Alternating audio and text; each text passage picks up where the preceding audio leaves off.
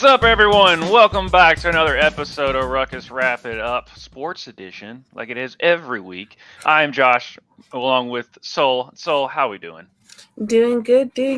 We have all the sports. Yeah, fall sports are upon us. Now, unlike the weather, it's supposed to get cooler. It did not do that this past week. It's about like the hottest ever. But we're still going to talk hot about down here. Yeah, it's always hot there. And speaking about hot, the Reds aren't, but they did beat Houston today, so we at least have that going on. But we're allergic to 500. We can't get every time we sit there and flirt with it, then we go back to what we are. And it just stinks because we end up like beating Houston, and Justin Verlander gets benched, after the 5th inning, and we're like, oh, where has this been the whole time? And then we go and lose to like the Rockies or the Marlins. We're like, why? I don't get it. Make it make sense. Baseball. And you could be the Rockies or the Marlins, though. Yeah, that would be worse. It could be worse, but no, they like to flirt with the fact that we might make the playoffs, and we have Ellie De La Cruz, which is a generational talent. So, but at least have something for me to look forward to. Probably disappointment, but at least I can look forward to something. You're just doing the bare minimum for you? Yeah, I'm just, at this point, I'm thinking if my Reds aren't going to take it, I'll like to see the Orioles do it because they're a fun team to watch. Yeah, I would like them to be top of the American League East, other than the Yankees, because obviously the Red Sox are not going to be top of the American League East. That's what I would really want. Mm-hmm. But if it's anyone but the Yankees, anyone but the Yankees, even though I do like Aaron Judge, I do appreciate his bat. Get off of this show. I'm sorry. You have to appreciate good. You have to appreciate talent when it's there. Hey, so. I got to see him break the home run record in Toronto. So I understand. Break the home run record, depending on who you talk to. With that, but we're frozen a little bit there, but the show will go on. But we've got. I'm back. I guess my internet is gonna do the same thing. It was working fine all day until the show starts, but that's the. StreamYard, if you want to help Soul's internet out, that would be great. But we're ready to go to basketball. We love that basketball. All right, don't copyright it. Right. Well, we got some WNBA, and I think Stuja is still showing that they're Stuja. Starting off, Asia Wilson, showing why she needs to be MVP this year. Like any other choice other than Asia Wilson, anyone who gives an argument for anyone other than Asia Wilson, you're wrong. She scored 42 points in the Aces' 93-90 loss to the Dallas Wings, becoming the 4th player in WNBA history with 3 or more 40-plus point games, joining Breanna Stewart, Diana Taurasi, and Josh's favorite, Maya Moore. Also, shout out to Sato Sabally of the Dallas Wings. She was really good in this game. She dropped 28 points. She was fun to watch. Asia then gets a 26-point, 16-rebound double-double in the 83-72 Aces win against the Dream. Tiffany Hayes also got a double-double in the game with 20 points, 10 rebounds. And then Asia then drops another 41 points, 17 rebounds, double-double in the 97-79 Aces win against the Mercury. Jackie Young also getting a double-double for the Aces with 11 points and 14 assists. And as we talked, Stuja, Breanna Stewart, she's the only name that I'll probably give people for an argument, but it's Asia Wilson's MVP. Breanna Stewart drops 32 pieces in the Liberty 94-88 loss to the LA Sparks, then drops another 32 piece in the Liberty 98-85 win against the Seattle Storm. Back-to-back 32-point games. That's crazy. Mm-hmm. These games put Stewie in 3rd overall for WNBA players with 30-plus games, with 28 WNBA games passing Lauren Jackson, who had 27. But something else that is crazy, a little bit more crazy than the 32 points back-to-back, is this from Sabrina Ionescu? Lloyd tries to rip it from Ionescu. Step through. Get her own rebound. Put it back up and in. You gotta be kidding me. She scored from her knees. Step through. Let's watch that again. Look at this. Rebound. Put it back up and in. Freaking crazy. So, Josh, All Asia, right. Brianna Stewart, Sabrina, thoughts? Well, first, maybe, hey, it's not working right now, Angel. As far as your layups go, try from your knees. Like like when people just do like the underhand free throw a couple of times if they're bad with free throws, they just do that. It's like, hey, try that out. See if it works for you. Chances are you're going to get the rebound anyway. So, Yeah. So you got that. It's Asia Wilson is just so daggone good, and it's just kind of. It's like Brianna Stewart's doing this, but Asia is just so like dead away, like so much so like when Brianna does that, I'm like, yeah, Asia does it like every night. So it's just crazy on that. But the thing is, I think Brianna might get the last laugh because I think she's on the better team. But I am looking forward to that, at least in the playoffs between those two, and just how crazy they're going to go off. Sabrina, I mean, she's just super talented, and so that doesn't surprise me that she's able to do that. I mean, they invented the game of horse for a reason, so that's probably not the first time that's happened in game. It's still crazy, but I'm pretty sure she's done that shot before, type of thing. But that's just letting your just physical ability take over, and all the stuff that you've done to work up to it. So yeah, that's all I've got is. Brianna went off, and I'm just like, but then so did Asia. She's like, she can't get given away. I want someone look at me. The funny thing about the Sabrina Ionescu shot is after the game, she was asked like about the shot, and she was like, I didn't even realize that I was on the floor, but shooters shoot. And I was like, damn right. But Brianna's having a great season. I do have the New York Liberty. They're the best team right now. And it's not always the best team that wins, but in playoffs, but they have a really good shot. And I'm kind of pulling for the Liberty just so that Sabrina can get her first. Because Brianna has won with Seattle Storm, but Sabrina hasn't won yet. So it would be nice for Sabrina to get a championship under her belt.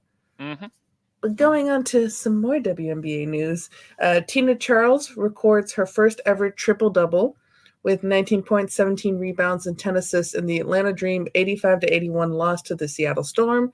Tina joins Cheryl Swoops, the first to ever get a triple-double, Margot Dydek, Lisa Leslie, Deanna Nolan, Tamika Johnson, Candace Parker, Courtney Vandersloot, Chelsea Gray, Sabrina Ionescu, Alyssa Thompson, Mariah Jefferson, and Caitlin Clark as WNBA players who have achieved triple-doubles. But really, the big game this past week was the Fever versus the Sky for obvious reasons. And the Fever won 100-81. Caitlin Clark went off for 31 points and 12 assists, getting her double-double. I watched parts of this game, and there were moments that I was like, what a pass! Like, take away her 3-point shooting ability, just her passing and her vision on the court. I'm just like, damn, girl. But Kelsey Mitchell is showing how she's probably the best shooter on Indiana. I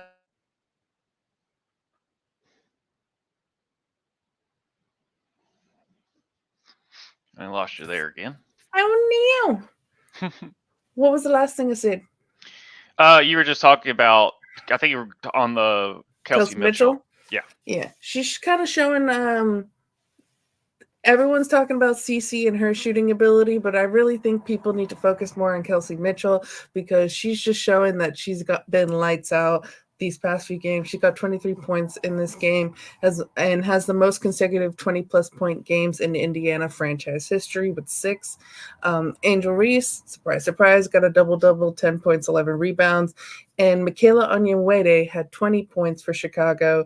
And from the game, parts of the game that I watched, because I didn't get to watch the whole thing, she was the best on the court for the Sky.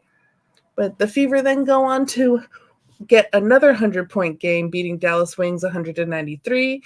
Kelsey Mitchell again leads all scorers with 36 points, just getting better and better. she's balling.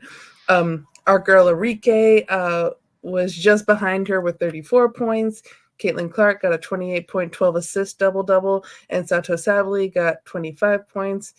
And we're just going to show these passes. Again, Caitlin Clark, her passes, her vision on the court, but then everyone else on her team is like, I'm going to show I can pass too.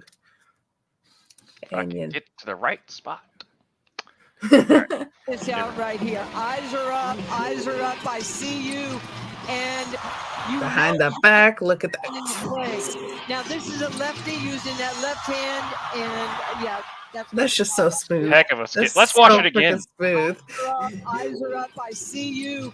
And you know your big is trailing the play. Now, this is a lefty using that left hand. And smooth. It's smooth. That's what she is. I mean, she's that. What did I say about Maya Moore about her game? It's smooth. And who does Caitlin Clark look up to? Maya Moore. And you look at that, it's smooth. So there you go. So you got that going for you. My internet didn't want me to answer your question. I know. I roll with it. Yeah. No, I mean that you can just. Yeah, their games are very. You can definitely see the resemblance in Maya and Caitlin's game, just how smooth they are. Now, is Caitlin a better shooter? Yes, but that's again, unfortunately, only had a small sample size for Maya compared to what we could have had. So who knows if she would have gotten that part of her game as well? I mean, Caitlin's people are like, oh, she can just shoot. I'm like, no, she's more than that. But I just didn't realize it until now, or at least later on, how good of a passer she really is. And that's when we look at, because it is very much the Caitlin Clark versus Angel Reese thing, which it really shouldn't be. It should be the big upping both of them. There's more to Caitlin Clark than her three-pointers, and there's more to Angel Reese's game than her rebounds. But she can rebound the hell out of it.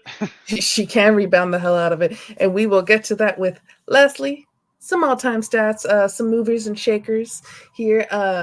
Caitlin Clark passes Tamika Catching for the most points in a season by a rookie in Fever franchise history. Tina Charles, coming up again, moves to number 2 in the all-time points leaders with 7,552. Our girl DT is still number 1 with 10,544 points. I don't think anyone's catching her for a while. And then speaking of Tina Charles, Angel Reese passes Tina for the most rebounds by a rookie in WNBA history with 399 rebounds at the time. After the Fever vs. Sky game, Tina had 398 as a rookie in 2010 with the Connecticut Sun. Angel also passes Tina Charles in most double-doubles by a rookie in the Fever vs. Sky game.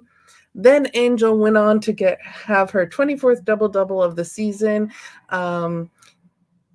versus the Lynx, and she passes Sylvia Fowles for most rebounds in a single WNBA season, not just rookies. Sylvia had 404 rebounds in 2018.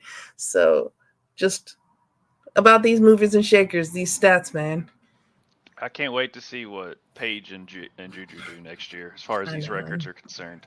I don't know if anyone's ever going to get to the assist record, because Juju maybe. Paige is much more of a wing than a passer. She's not really the point guard per se. So she might get there. Who knows? Who really knows? Those both are just really good for that. And then hey, Jeremy, some other stat there. Yeah, the Fever being above 500 for the first time in 5 years, hanging in the rafters. So put that there. And then I can see some Steve Nash comparisons with how well she is at passing with that. But I'm always going to compare her to my favorite female basketball player of all time, Maya Moore, just because she idolizes her, and so therefore that's what I want to put it with that. So, but at the end of the day, it's just showing that how far the game is advancing as far as the new players and the impact they're making right away, and also too, WNBA is being smart now, and it literally is the Fever and the Sky are like, that's what people are like, appointment television, right? And so that's what I'm saying. It's like has that boom of the when Bird and Magic first came into the league. Of just they just lit it on fire. Now, granted, they became rivals and stuff like that, and then yeah, true. But this is kind of has that Bird Magic feel of their impact immediately in the boom that they got from that. And they have so much focus on them that like no one's talking about Rakia Jackson's year, and she's having a phenomenal rookie season with the LA Sparks, and it actually has the highest gold percentage of any rookie this year. People focusing on that because you got Caitlin Clark and Angel Reese. So and it's not like they're not setting records either, but that just happens. If they were just being middle of the pack, but they still want to milk it, I'm like, but they're also like just hooping their butt off. So right. But yeah, and unfortunately, I want to go back to like who that third rookie was that came in with Bird and Magic, and he's like, gosh, no. And then like Camila Cardoso, she got her highest points in their last Sky game too. So like she was drafted higher than Angel, and people aren't talking about her as much either. A little bit like Angel adjacent because they're on the same team, but you don't hear a lot in the media about Camila Cardoso. But yeah, we got a really good rookie class, and then I feel we would talk more about Cam Brink if she didn't get injured, which that was sad. We would have probably won gold in a 3-on-3. Yeah, that works. But injuries unfortunately happen in sports, so I hope she comes back better than ever, and we're not asking the what if question just because it is ACL. Yeah, so. And I mean that happened to Sabrina Ionesco, and look at how much she's balling right now. So I'm not too worried about it. So because Cam was playing very well before she got injured. Wait, you ready for some football? Yeah. I just give me a moment.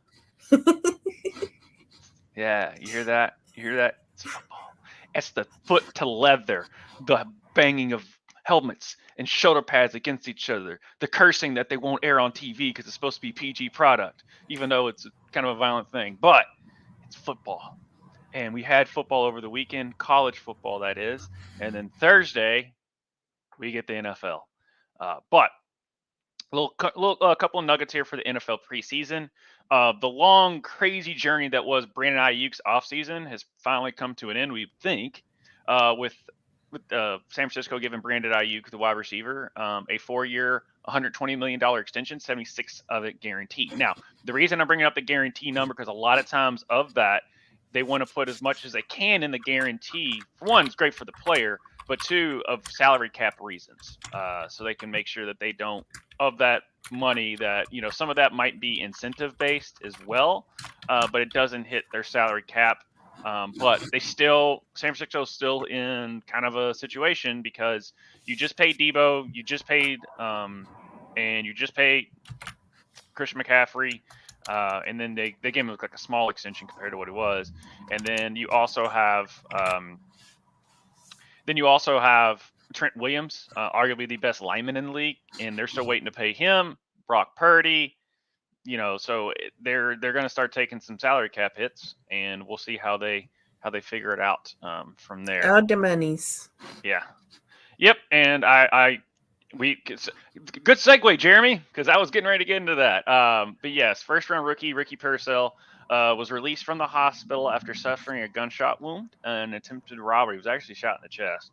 Attempted robbery over the weekend. He was placed on the PUP list, which for those who don't know, that stands for player unable to perform. So that way they can basically put him on the injured reserve. But when you do that way they can bring someone up from their, like, they can sign someone on the off, they can sign someone, stuff like that, so they can at least put a roster spot. But the thing is, if you put them on the PUP, they cannot play for the first 4 weeks.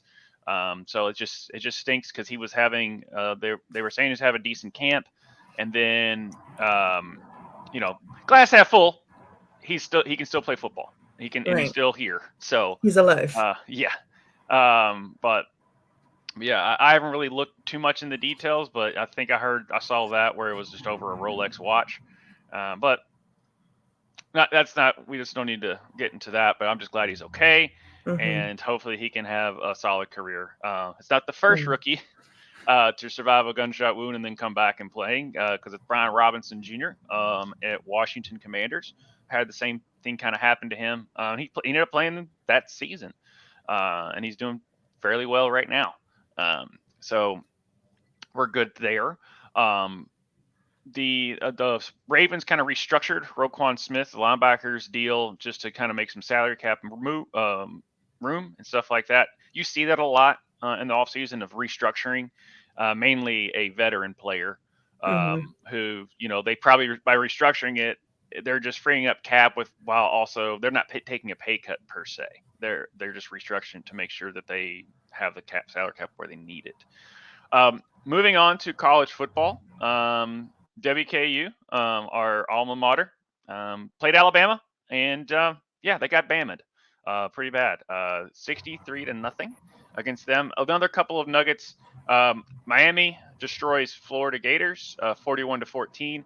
I doubt that coach for Florida is going to make it through the season. He'll probably will, because his team just quit in the second half. So that comes down to coaching, because it's not like he doesn't have a bad roster or anything. He's got some dudes, and people were expecting something more. I just didn't believe in the coach. So some people were like, "Oh, Florida, I think they can be good." I'm like, no, they can't. I just don't buy into this coach. I think, unfortunately, it's just not going to work. And that they probably just need to part ways and call it what it is. There, Notre Dame beats Texas A&M 23-13 at Texas A&M. And then Georgia beat Clemson by they ran them off. They dog walked them, all pun intended, 34-3. Now, some people were saying, because Dabo Swinney, the coach for Clemson, says, hey, I don't want to transfer. He goes because he doesn't like the transfer portal or NIL or anything like that. He has some good quotes, because one of them was, he's like, I'm always in the transfer portal. I get high schoolers transfer to me every year. And I'm like, okay. And then he also talked about NIL. He goes, yeah, I'm always preaching NIL, God's name, image, and likeness. And I'm like, okay, Dabo. But hey, that's who Dabo is, and you always look forward to a Dabo presser because you just don't know what he's going to say, and he's corny as hell. But it's just going to be interesting to see how much more he can really not use the transfer portal. I think it's going to be inevitable that he's going to have to use it because a lot of times you will lose guys to the transfer portal, and then you don't replace them because your high school guys are just not there yet development-wise. But it's not like he's not going to put a bad product on the field. I just think he's going to suffer a little bit because of it. Yeah. But before we go on to the next thing, I would like to point out that my internet went out when you mentioned WKU's loss, because my internet was very, very sad that we got spanked, mollywopped, which I knew we were by Alabama, but when I saw the score, I was just like, why? Yeah. Why?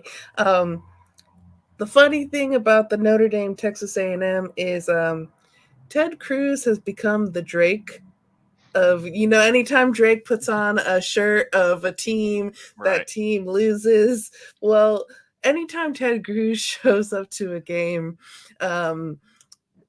in Texas, that Texas team loses. And he was there at the Texas A&M game, and even the Texas A&M coach was like, he's going to be our good luck charm, and he was not. He was not. And to answer Jeremy Miller, not really. Like, my brothers and my dad are. My mom actually hates University of Miami, and she has a reason for it, because they were trying to make her redo a bunch of classes that she did in community college when she was there for a semester. And so then she was only there for a semester and then left. So we have a love-hate for University of Miami. Yeah. And thank you, Jeremy, for bringing that up about, yes, LSU lost to USC. We were thinking that USC was not going to work with Lincoln Riley's coming in. Always might be on the hot seat, stuff like that. Nope. They went and beat LSU, and I don't think it's a cry for sign to panic with the new 12-team playoff, because as long as you can make your conference championship and win it, you will get a first round bye. So you're not over. That's what people were saying about Florida State when they lost to Georgia Tech. But as a score update, they're down 28-13 to Boston College. And at Florida State, he's kind of gone viral. Florida State fan said he would eat dog poop if they lost to Boston College. And oh boy, if you're queasy, he'll probably put it on the internet, and just don't watch that because it ain't looking good for Probably him. not going to be dog poop though. I don't know. I don't know. That's what he said, and so many people are just latching on to that storyline there. Couple of funny videos or cool videos for us as far as the college football is concerned. Here's one that best flop of the year so far. Conduct fouls for each of those players.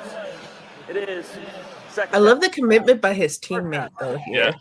Got to resuscitate. Well, if Barnett had just fallen down, he may have been all right, but a little accident. Yeah. And then these were so far two of the best catches I've seen. This first one is from Travis Hunter.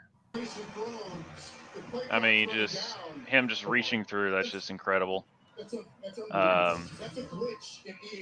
Yes, it's a glitch from EA Sports. And then this receiver for USC with the one-handed. Yeah, that catch was crazy. Yeah. I'm sure they're going to take a look at that to see if he held on to it. I say just for you now, they're going to be given to. I mean, it's insane. Yeah. For how good that catch was. Yeah.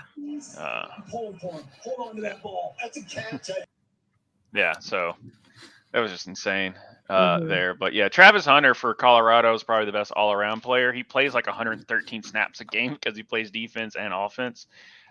So yeah. And then Shedeur Sanders is legit. I think he is an NFL prospect quarterback. I know they get the Sanders and Dion and them push them into the spotlight, relatively so, but Shedeur's that dude. So I'll go with that. So that's all I've got for football. Well, now we go from football over to tennis, and we have the U.S. Open. Unfortunately, the big dogs, the names, they're out. Both Carlos Alcaraz and Novak Djokovic were taken out of the tournament in men's singles. Alcaraz by Botic van de Zandschulp. Did I get You that? got it. Oh yeah, you're all of the over it. Netherlands, and Djokovic by Alexei Popyrin of Australia. Have an easier name, Australians. And then Coco Gauff becomes the youngest woman to win 10 or more consecutive matches at the U.S. Open since Serena Williams. But then she unfortunately loses in the round of 16 to fellow American Emma Navarro. Yeah. Emma Navarro, I think, was ranked 14. And so it was a huge upset. But, at least an American went forward. So that's good. But Navarro! That's for all you movie trivia Schmodown fans out there of the past. It's Navarro! But yeah, no Alcaraz, no Djokovic, no Coco Gauff. No tennis. Who's playing? Yeah, I don't know. No tennis. Yeah. No tennis. Yeah, and it's I don't know. It's and Joker's still Joker. I don't know who that next one up is going to be. It's Coco. I mean, Coco's. It's her world now. I mean, she's what, 21, 18. She's super young, somewhere around there. So I'm not exactly for sure what her age is. If only there was something that my face is going through as far as the internet is concerned that could tell me her age. That'd be cool. But in the meantime, Coco Gauff, 20. I was close. I said 21. All right, I said between 18 and 21, somewhere around there. So yeah, I was in the price range. But I went over, Bob. So I didn't get it. All right. Yeah. I don't know why. I just remembered a joke I saw where Bob Barker died at 99. They said, they just want to make sure he didn't go over. Yeah, it was like he got as close to $1 without going over. Yeah. Legend. Yeah. But yeah, that's pretty much all I got for the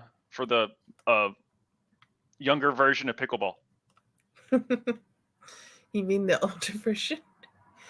No. The pickleball, I just call it tennis for elders. Yeah. So that's why I said the younger version of pickleball. I was thinking you were going of the age of the sport, not the age of the people who played the sport. No. But we got some sad news. Yeah, we do.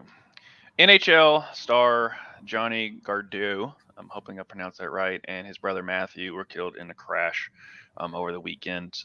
They were fatally struck by a suspected drunk driver while riding bikes on a New Jersey roadway the night before they were to serve as groomsmen in their sister's wedding. So it Yeah. just keeps piling. The man who hit them is being charged with 2 counts of vehicular homicide in the second degree. Johnny leaves a wife and 2 kids. Matthew leaves behind a pregnant wife. Johnny was drafted by the Calgary Flame in the 4th round of the 2011 NHL draft and signed with the Columbus Blue Jackets in 2022 and had 243 career goals. Johnny also represents the U.S. in international play, where he won gold at the Ice Hockey World Junior Championships in 2013 and bronze at the Ice Hockey World Championships in 2018. This is, when it just stinks. Yeah. Just the who, what, why, all that stuff. It just, at the end Yeah. of the day, it just, you just feel for the family, think about them. Because I mean, when it rained, it poured. I don't know. That's a Yeah. weird saying to say, but literally, this is what they mean by that. It's just like, Right. oh, both of them, and then one's got a pregnant wife, and then literally it was right before their sister's wedding, so Yeah. that's all thrown into it. So now, anytime, like, who knows what the mental thing is with her, and even um, her spouse, now spouse probably. I don't know how much they postponed it. But now every time, that wedding is going to be synonymous with the family tragedies, which is supposed to be the Yeah. most, the happiest day in her life, is now always going to be linked with something so tragic, and it's just like, oh, that just stinks. So that's what I've got for them. Yeah, it was really sad. I learned about this because the Florida Panthers put a message out, and I was just like, "Wait, what?" And then when I started reading the story, and it's just like, "Oh, he died. His brother Yeah, died. Sister's yeah, wedding. Their wives and kids." And it was one of those moments of just like, you want to thank yourself for the life that you have, and like that you're alive, and kind of appreciate what you have. And yeah, that made me sad. And then the next one also yeah. made me sad. um, Gymnast Carol Welsh was fatally shot at the age of 21 last Friday. A 23-year-old man who is described by the police as a man the victim knew has been arrested. They have not provided any other details of who this man is. Police say the shooting happened at an off-campus apartment building. Details of what led to the shooting have not been released, but the police have said it evolved from an altercation.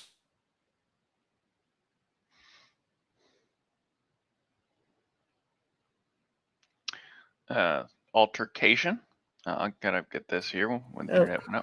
where did I leave off? But talk about the altercation. Yeah, so police say the shooting happened at an off campus apartment building. Details of what led to the shooting have not been released, but the police have said it evolved from an altercation between Welsh and the man.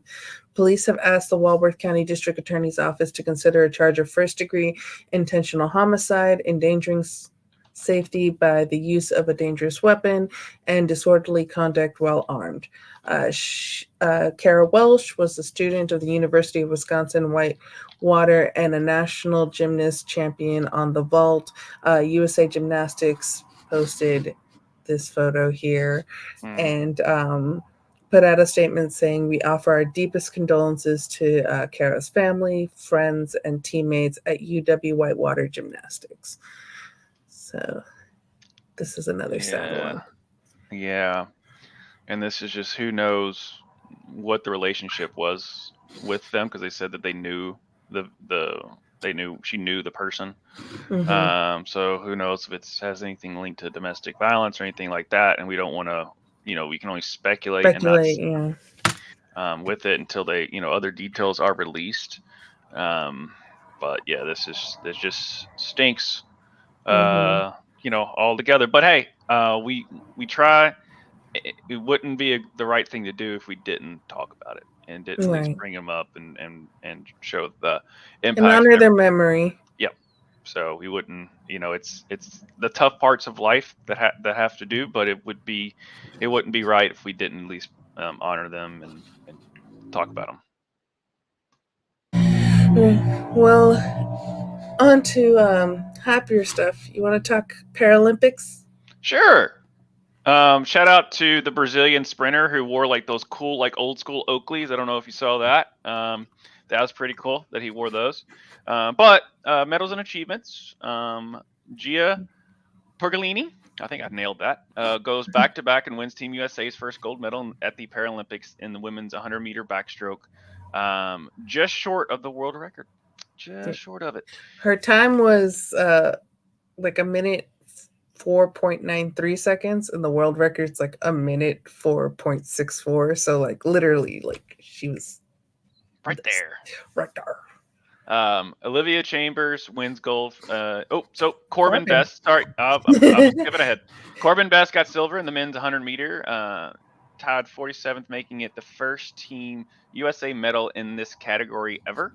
So shout out to Corbin. Olivia Chambers wins gold in the 400-meter freestyle in her Paralympic debut. Chambers began losing her vision in 2019, and she was when she was 16 and was declared legally blind. She was later diagnosed with mitochondrial gene deletion syndrome. So yeah, shout out to Olivia. I mean, she's still doing the thing with that. And then Jaden Blackwell breaks his own world record and win gold in the 100-meter.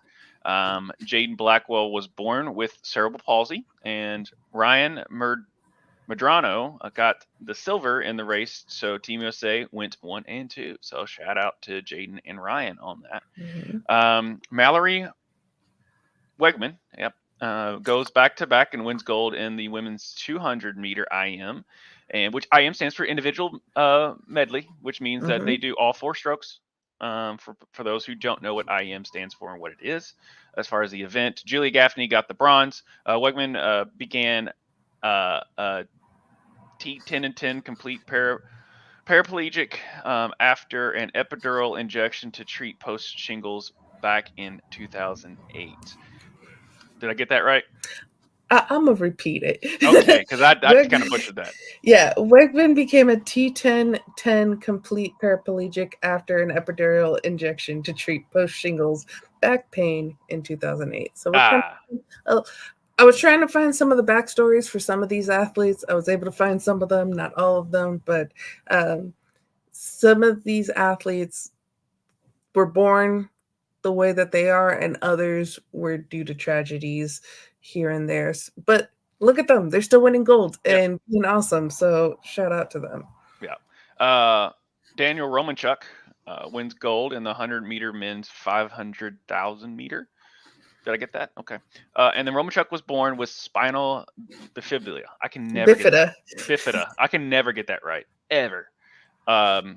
With that, Jason Tabansky wins gold in men's individual in archery. Jason is an Army veteran where he suffered a spinal cord injury in 2015, causing him to be wheelchair bound, and is part of Wheelchairs for Warriors, an organization that provides custom fit, complex rehab mobility solutions to injured veterans, law enforcement, and first responders. Each chair is specifically tailored to each recipient's individual needs. This is, I'll go ahead and say it, even though you wrote it. I'm such a softie. I teared up when he saluted the flag and got emotional as the anthem played. Yep, that was all me. I wrote that. No one else did. But yeah, literally when the anthem was playing and like he just saluted and like tears were going down his eyes and then tears were going down my eyes, and I was just like, damn, bro. Yeah. Dang. And then Matt Schultzman wins gold in men's individual compound in archery.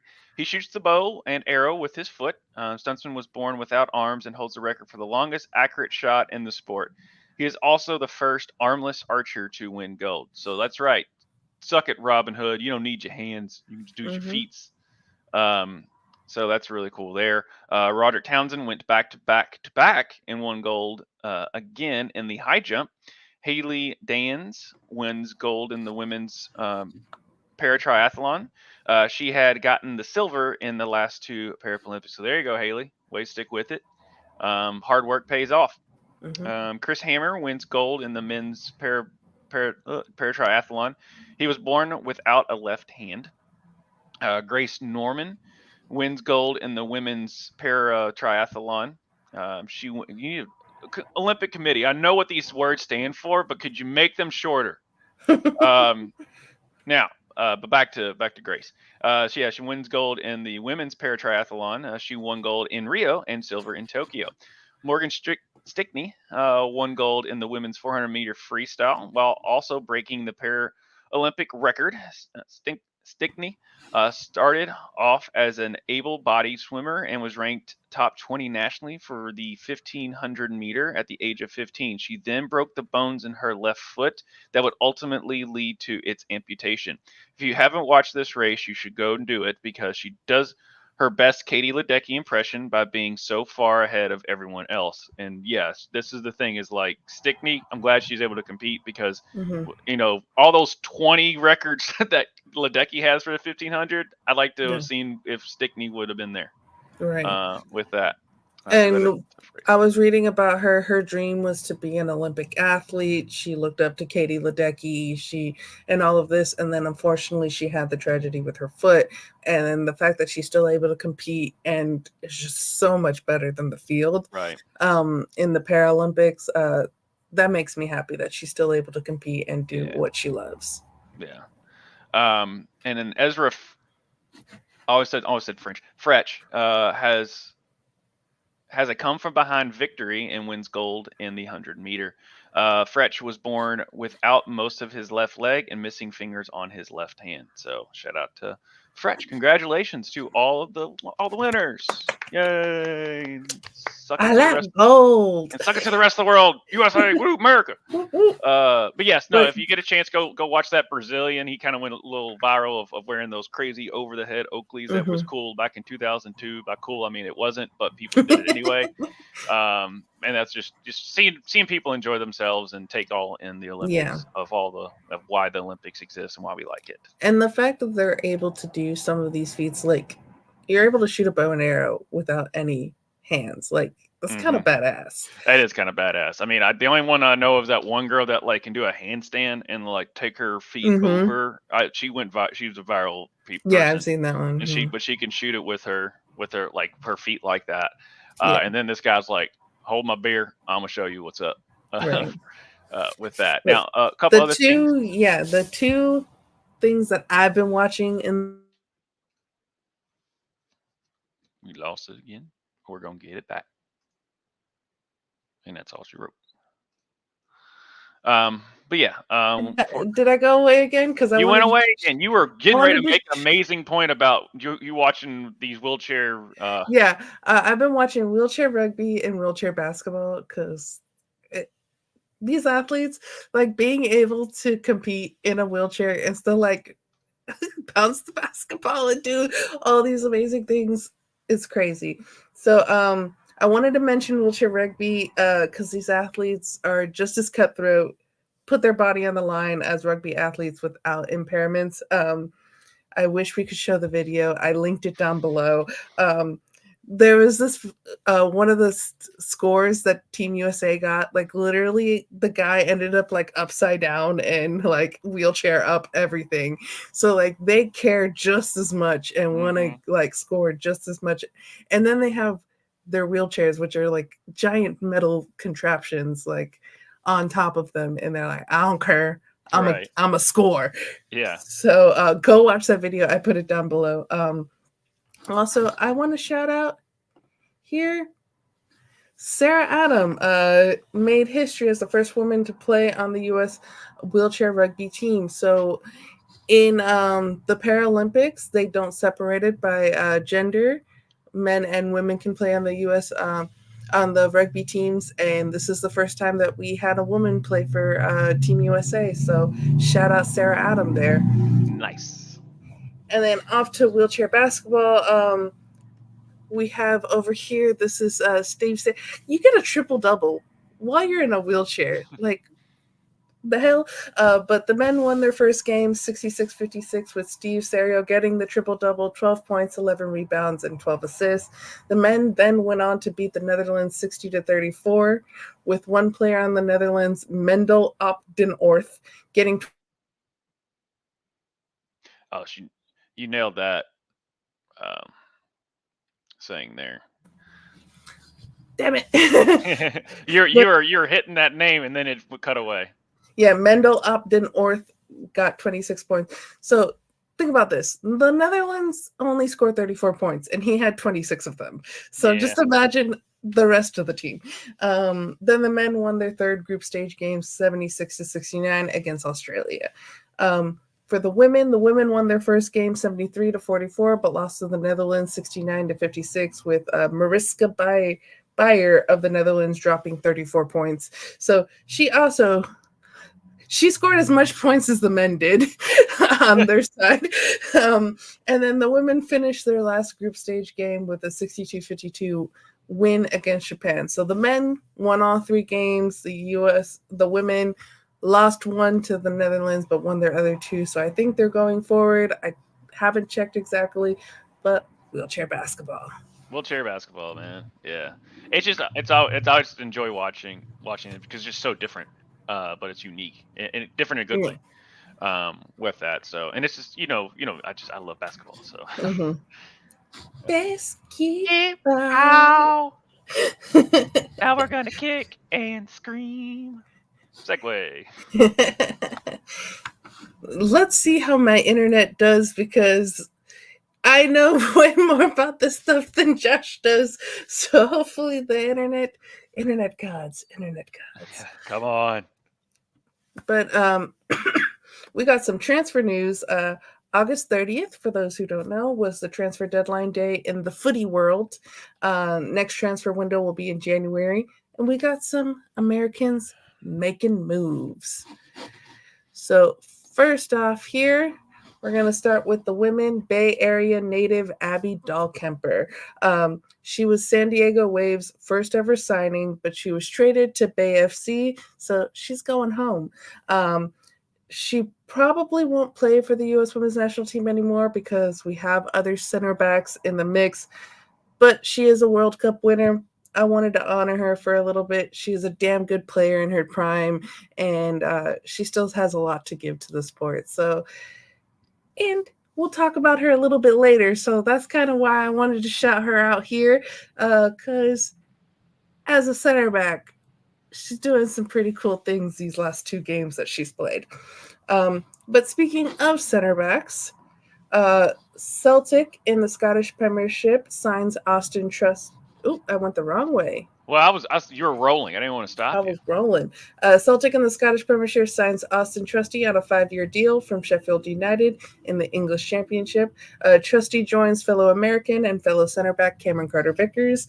And even though outside of when they play Rangers, there isn't a lot of competition. There's a lot of competition for that. Oh no, even though outside of when they play Rangers, there isn't a lot of competition in the Scottish Premiership. They do play in Champions League, so that'll be some good experience for him. So that's a good move in my mind for Austin Trusty. Now we're going to get into a move that I don't really understand and I didn't like that much, but here we go. Matt Turner goes on loan to Crystal Palace in the Premier League. Yeah, don't like this loan. Why don't you like it? I'll tell you. Matt went from starting every game in MLS for New England Revolution in 2022 to being the backup for Aaron Ramsdale at Arsenal. Even though he was the backup, he played really well for us at the World Cup. So we were like, oh, even though he's not playing, he's still doing good. But not playing was starting to cause a decline in form, and you could tell that whenever he'd get into the national team, he wasn't playing as good as he used to. And this is also a guy who did not start playing soccer until he was in high school.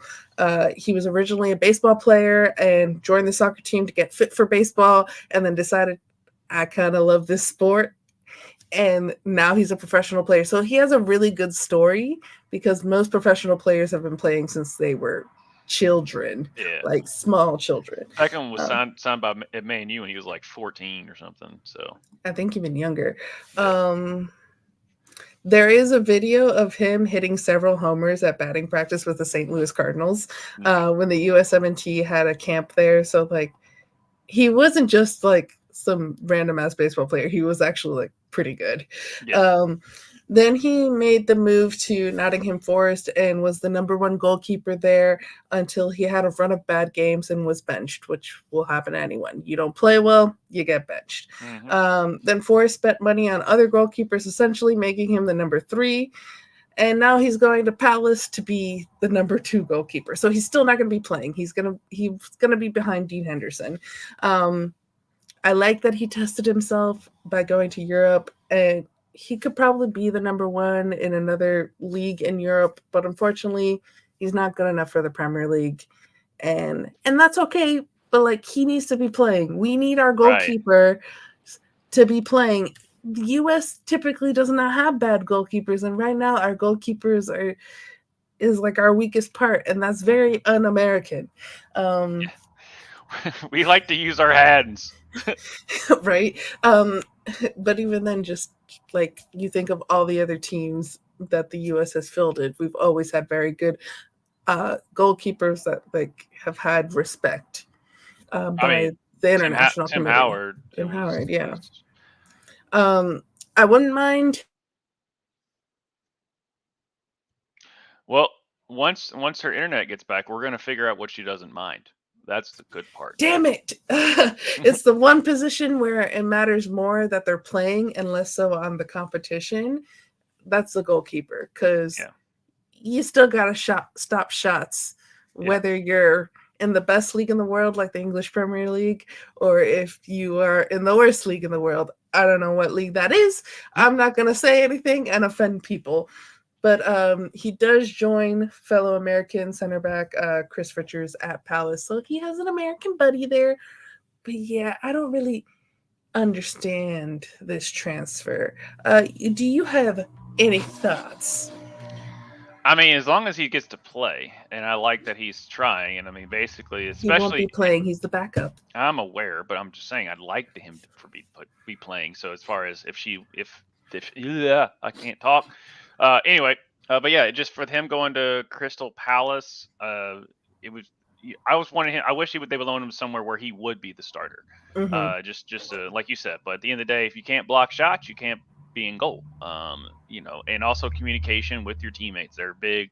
They're the big quarterback back there of telling people where to go in communication. And there's a lot of times, especially with him, a couple of reports I would see there would be communication issues with the national team. But just his story is just really cool though. So that's why I really want him to succeed, because it's just like, it's like the thing of like, you're playing at like the highest level of the sport, and you just took it up like as like, I'll just figure it as a hobby. And now it's like, so, but yeah, man, just get PT, because we're going to need you. Yeah. But to happier stuff in the soccer world, you want to watch some American score goals. Yeah. All right, YouTube, don't do it. Don't you do it.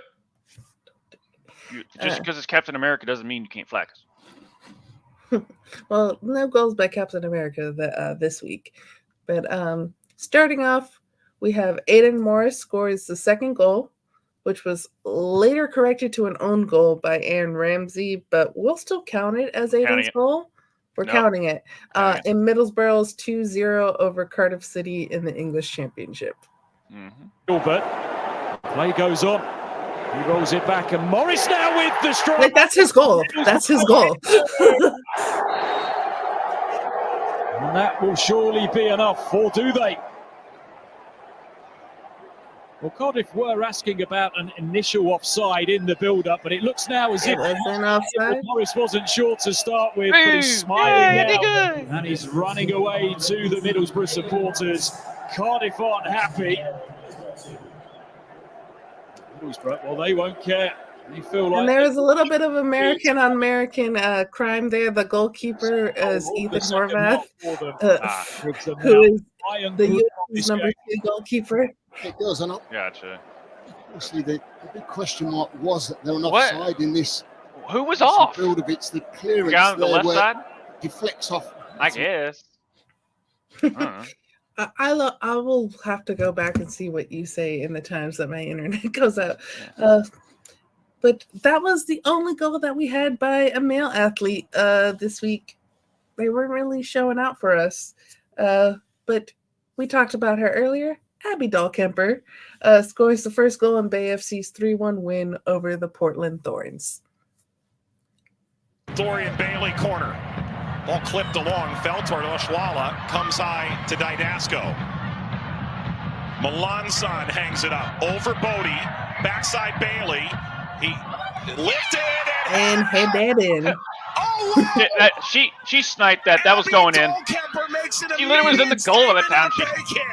But it's goal cam, so what would it? What a she was start in the for goal. AFC on the road. Well, way to keep this alive. Well done, Abby Dahlkemper. First start for BAFC. It was interesting because it looked like Bailey.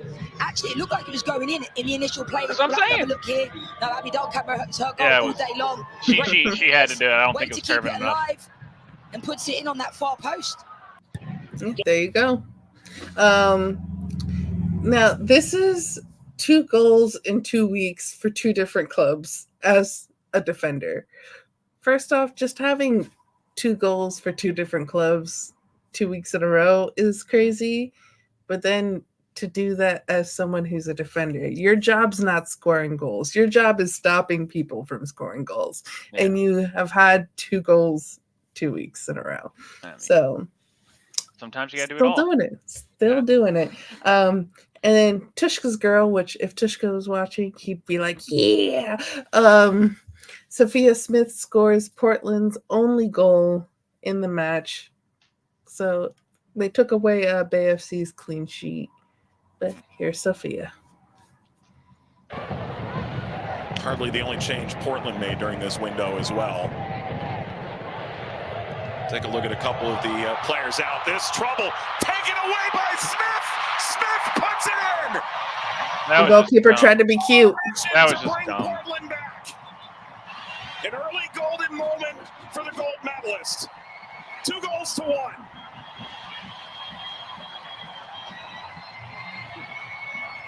Caitlin Rowland knows you cannot keep the ball like that. We spoke about goalkeepers running on the ball a lot, having to play out moments ago. I spoke about how important. Yeah, and they called her. They said she was gold medalist. I mean, yeah, we had to give her one because we were just happy that she was able to attend. Anything like that. I mean, it's fine. The words of Joshua Mabry are the words of Joshua Mabry only, and not. All I know is I didn't see a Trinity Rodman highlight, which I know she's a walking highlight. So I don't know what's going on. That's what I'm asking. My internet went out there. I just want to make sure that everyone knows. Me, personally, do not co-sign what Josh said about Sophia Smith there. This is hey, look, I like to show my bias towards Trinity Rodman, like all the time, and the fact that she's her rival within being great. So I'm going to come off with the dumbest take ever, and therefore, and I'm gonna stick with it. I don't care because I love that for you. Mm-hmm. Yeah, she's really good, guys.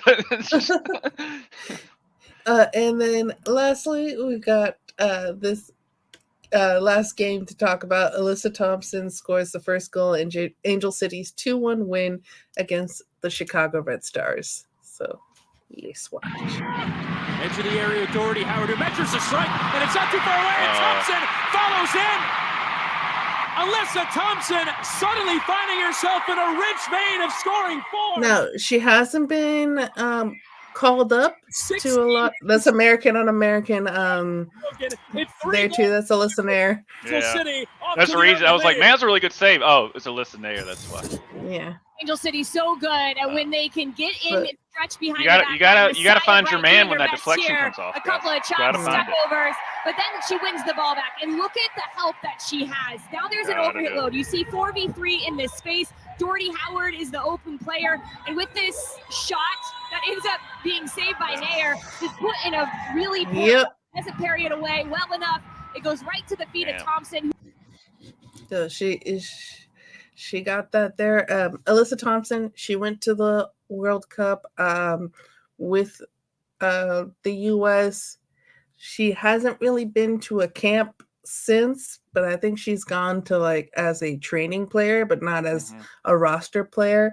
So I don't know what her future is going to be with the U.S. Women's National Team, especially because our forward line is stacked.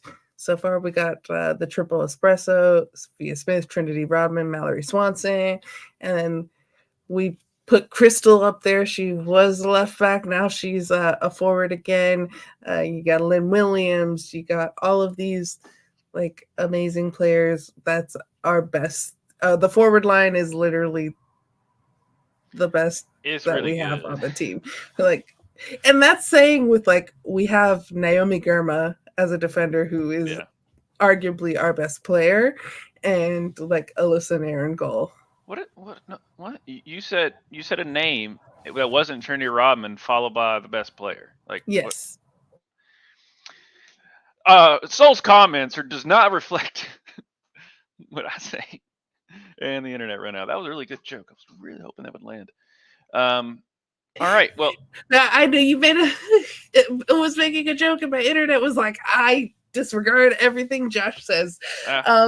And then their second goal for Angel City, this was from Sydney LaRue. She's a former U.S. Women's National Team player, hasn't really played with the U.S. in a while, but Sydney. Stoppage time is presented by Nationwide. We're in the minimum of 8 minutes and a chance for Vignola, and there's the goal! The winning goal for Sydney LaRue! Her 5th of the season, Angel City. She's excited. Yeah. Beat down the doors and finally knocked it off its hinges. Angel City 2, Chicago Red Stars 1, and second half stoppage time. Not the best day for Nair. Yeah. Angel City has asked questions time and time again in the channels for Chicago today, and here Vignola just outruns Biegalski. It is a picture-perfect layoff centrally in front. Yeah, and that was one of those moments too where Nair, she was kind of hugging the post a little bit. If she was a little bit more in the center, she could have stopped it, but I'm not going to fault Alyssa Nair. I'm just going to say good crossing, good goal by Sydney. Yep. Alyssa Nair, she's still awesome, so that's all that matters. Yep. So, but that's all I have in the soccer world. Yeah. Well, I mean, that pretty much kind of does it for us. If all the places you can find us, as far as what we got going on, our fantasy F Around show will be. This show will be now on Wednesdays at the same time. Just on Wednesdays, and then me and you'll see me and Tushka go live on Mondays for the fantasy show. That way we can watch the Monday night kind of travel on with the Monday night football game, so we can see those great things that happened when Tushka thought he won, and then the Jets had a walk-off punt return, and then took Jason over. Jason beat him with that and got that great reaction. We have a short for you guys to watch so you can view the pain that Tushka. With that. So we've got that starting, and then Tuesday we're still doing Game Dudes. We should be back on this tomorrow. If not, we will be back the next week. And then Justin, and shout out to Josh Kimmel from No Holds Barred and over in the Finstock Sports Network that was able to fill in for me. And him and Justin had a great show last Thursday, and me and Justin will be back to recap all the crazy NXT and Bash Berlin and stuff. So there's a lot of pay-per-views to go over. So join us for that to get our thoughts on that. And then we got football, guys. Like football is officially back. All that. So yes, thank you for Ruckus Wrestling there. It's spelled with the WRASLIN and an apostrophe at the end for branding purposes on that. And then also too, if you all like just talk about anything else that you all want to talk about, join us over the Discord. Our Discord is down below. And if you're thinking about doing any type of YouTube shows or anything like that, feel free to join our Patreon, patreon.com/RuckusEV, as we would help you out, figure out, what type of show you want, help you kind of produce it and stuff like that. And just help you on your journey. That is the YouTube's, Twitch, internet spaces with that. So that's all I've got, Soul. Well, Thank you guys for watching. Thank you, Josh. And are you ready for our moment of Zen? Yes, ready for the moment of Zen.